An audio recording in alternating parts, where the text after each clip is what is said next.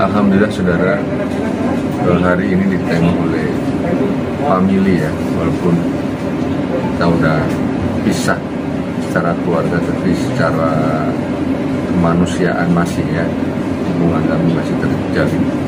Kami ditengok oleh Pendeta Daniel. Sekali lagi terima kasih Pendeta Daniel dan istrinya. Cepat sembuh buat Pak Bos ya, biar tetap. Nah, ini saya juga mau menyampaikan pesan. Saya juga minta maaf kalau saya keras ya, kepada iman saya yang lalu. Tapi saya keras kepada yang salah. Ini saksi, ini nanti saya akan upload. Pendeta Daniel kalau ada apa-apa tentang pelayanan ngomong sama saya. Islam akan bela mati-matian. Saya akan bela. Selagi itu benar ya, saya akan bela. Ini sekali lagi saya juga minta maaf. Ini masih family. Ya, saya keras karena kalau memang amanat agung untuk beliau. Tapi sekali lagi jika tidak, saya akan bela. Walaupun musuhnya sama-sama Islam, saya akan ada. Orang benar harus dibela. Ini pas buat mereka karena mereka ini otaknya senantiasa error. Saya sering katakan, saya bukan adu domba, ini fakta ya. Fakta ya. Jadi sebaik-baik mereka itu tidak lebih daripada babi-babi haram dan anjing-anjing pincang. Ya, saya sering pernah katakan 2 tahun yang lalu, mereka ini kan kaum dobol-dobol ya, kaum babi-babi haram, kaum anjing-anjing pincang. Jadi memang hanya manis di casing gitu ya.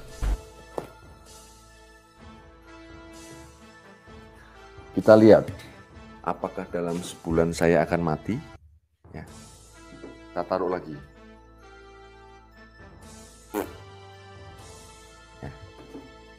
Kita lihat nanti apakah Agustan akan mati ketika Alkitab ditaruh di pantat.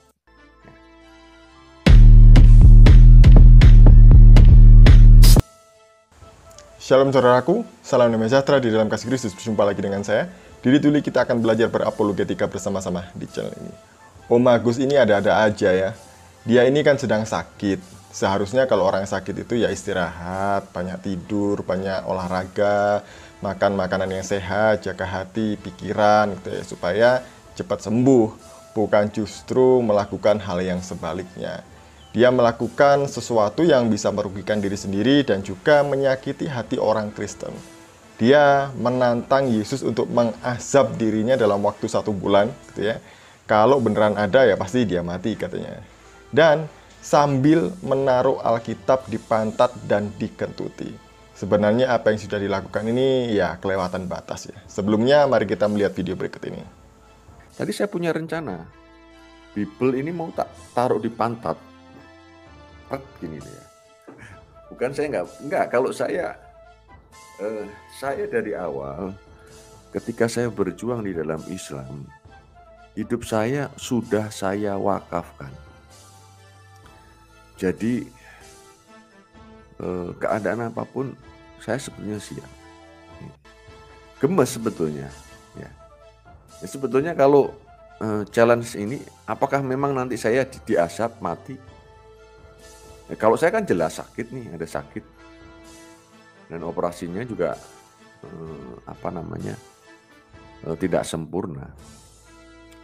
Apakah saya akan diazab langsung mati? Saya jamin 1000%, ya nggak mungkin gitu loh. Jadi memang itu hal yang dicari-cari oleh si tanpa ragu. Ini manusia jahat saudara ya, jahat ya. Dengar-dengar sih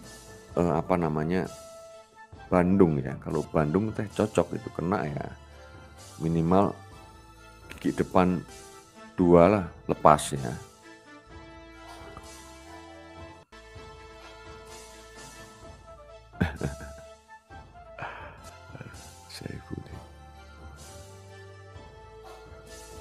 Oke lah ya.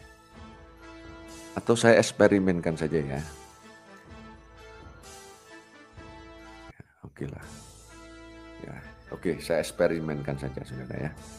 Apakah ketika kitab ini saya tempel di pantat, ya, dalam sebulan saya akan mati. Kita tes ya, dalam 1 bulan.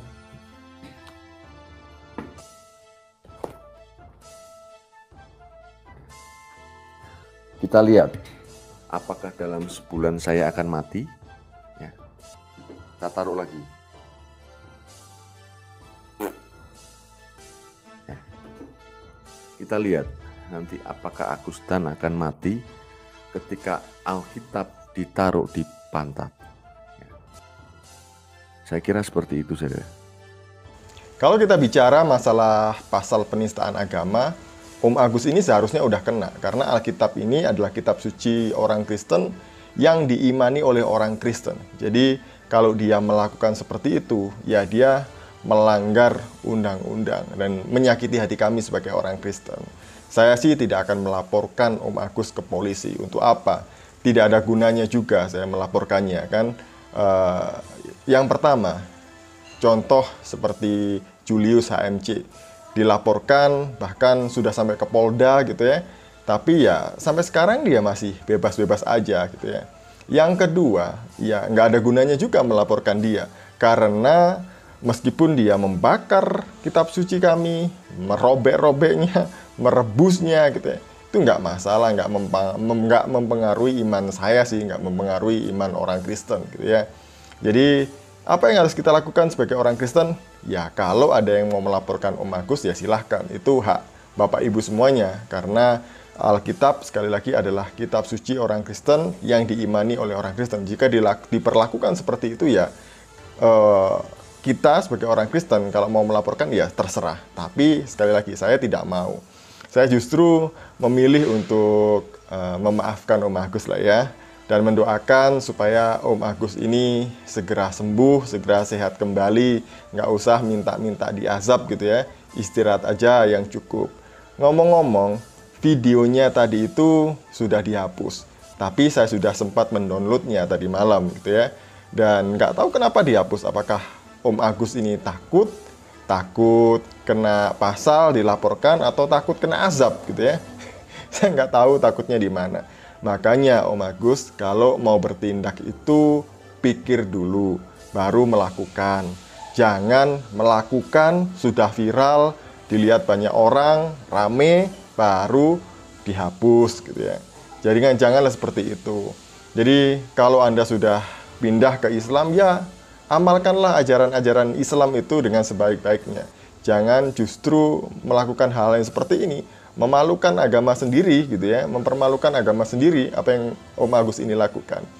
Beragama dalam pandangan Kristen sebagai manusia yang hidup di tengah-tengah dunia yang pluralistik penuh dengan keberagaman ini, orang Kristen mau tidak mau harus berjumpa, berinteraksi, berurusan, berkaitan dengan orang-orang yang tidak seiman, baik dalam kehidupan berbangsa dan bernegara maupun bermasyarakat.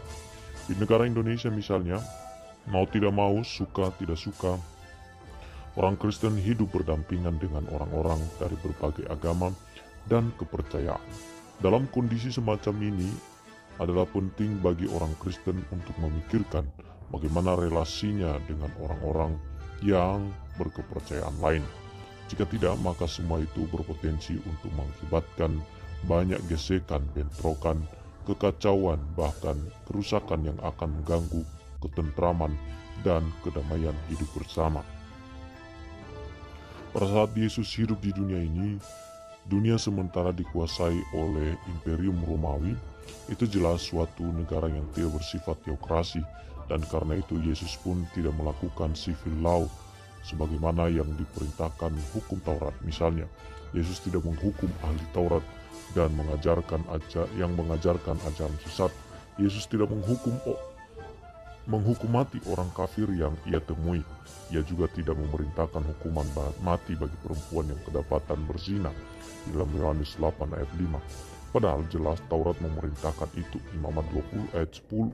Kalau ia melakukan semua itu, jelas ia menyalahi aturan Romawi. Saat itu yang tidak bersifat teokrasi. Karena itu juga adalah salah satu Salah jika hidup dalam negara yang bersifat demokrasi tapi menerapkan hukum non-toleransi beragama seperti negara teokrasi Israel. Dalam Ulangan 10 ayat 18-19 tertulis, sebab Tuhan Allahmu